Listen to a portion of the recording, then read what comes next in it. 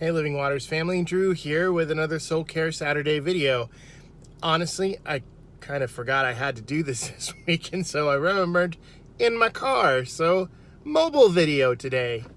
So this week I want to talk just briefly about something that has been a huge catalyst for growth and for refinement and discipleship in my life. And it's not a fun topic, it's not a popular topic, but it's one that I think is hugely relevant right now. And it is about criticism. Years and years and years back, there was a scripture that became a huge life kind of guiding principle in my life. And it's Psalm 141:5, and it says this: "Let a righteous man strike me, it is kindness. Let a wise man rebuke me, it is oil on my head, and my head will not refuse it." And really what that says is that when someone who is righteous, who is godly, who is wise, who is, a praiseworthy individual really gives you criticism or critique, it's a blessing. It is oil on our head. It is a good thing.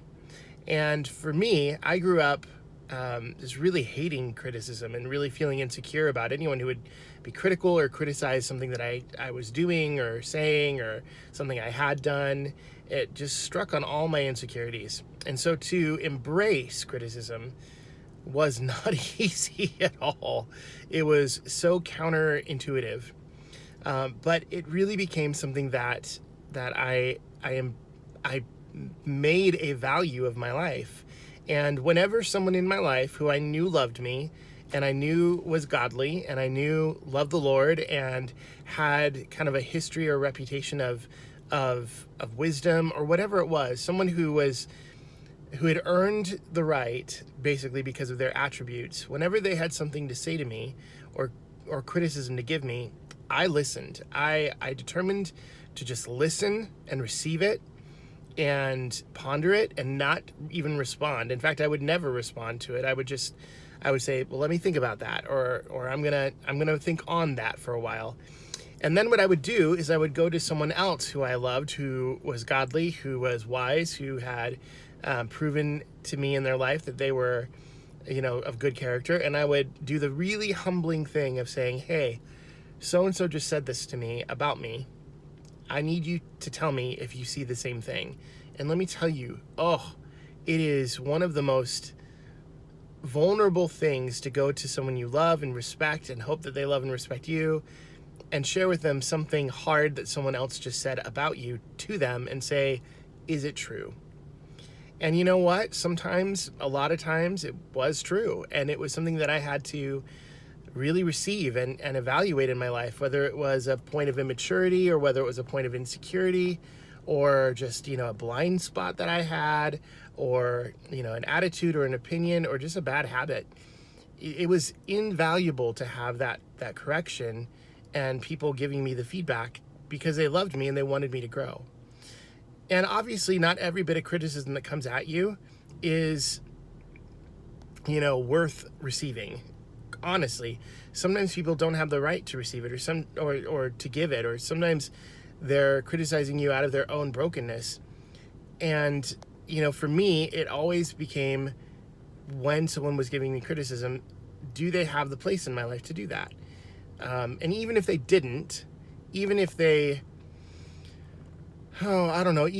had not demonstrated a lot of maturity, I still would listen and I would still consider, but they just didn't have the same weight. So I just want to encourage you guys with this on an individual relational level. It can be so incredibly powerful to open yourself up to receive and evaluate criticism, because, honestly, we have blind spots and we don't always know where we're immature or insecure or all these other issues, and we need the feedback from trusted sources to give us that information. So that works really well on a very individual relational level.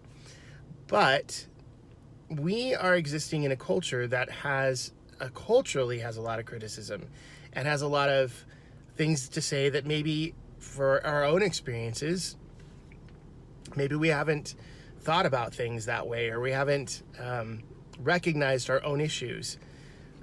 So it's not a perfect analogy because not everything that everyone says is worth receiving. However, on a grander scale, there are things in my life that I know I don't know a lot about, or I have biases or opinions. And when critics come to criticize maybe my position in life or my perspective in life, and I get this a lot. Lord, I get this a lot with the work that I do on sexuality. Trust me, there's a lot of people with a lot of opinions. And I'll tell you the truth. I listen to the perspective. I listen to the opposing opinions, not because I think that they're right, but because I think that there are things that we can always learn from voices that we don't necessarily agree with, or voices that we don't always give place in our life to. I share this today because, like I said, we have a lot of voices right now giving a lot of criticism to a lot of very deep emotional issues. And for many of us, we don't have a grid. We don't have an experience that relates to it, or we have maybe long-held opinions that butt up against what's being spoken now.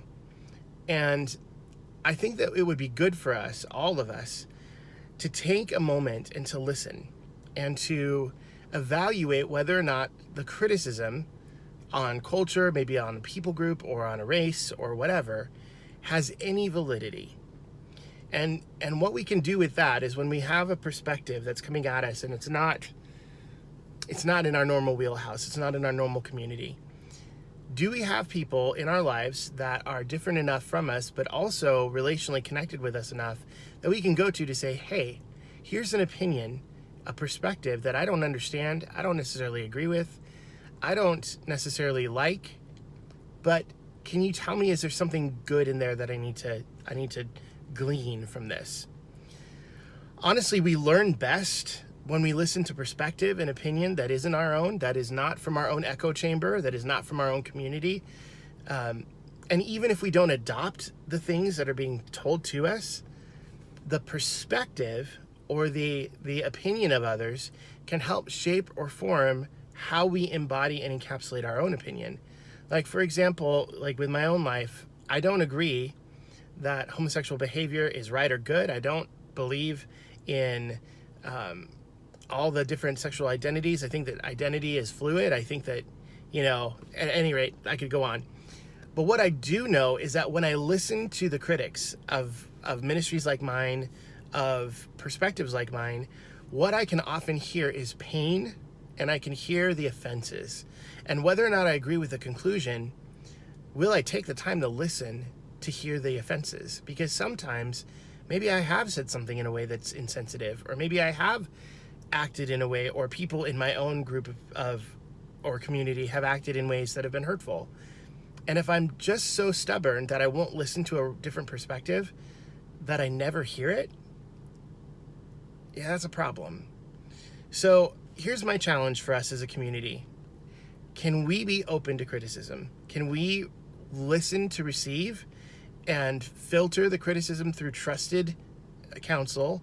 And can we be willing to grow from criticism? It's not always the easiest thing, but let me tell you, it certainly can be very, very powerful and very formative. Well, that's all I've got for you today. I hope you're all doing really well. I hope to see many of you in the services or the gatherings that we'll be doing here shortly. I love you all. I miss you all. I hope you're well. Anyway, God bless.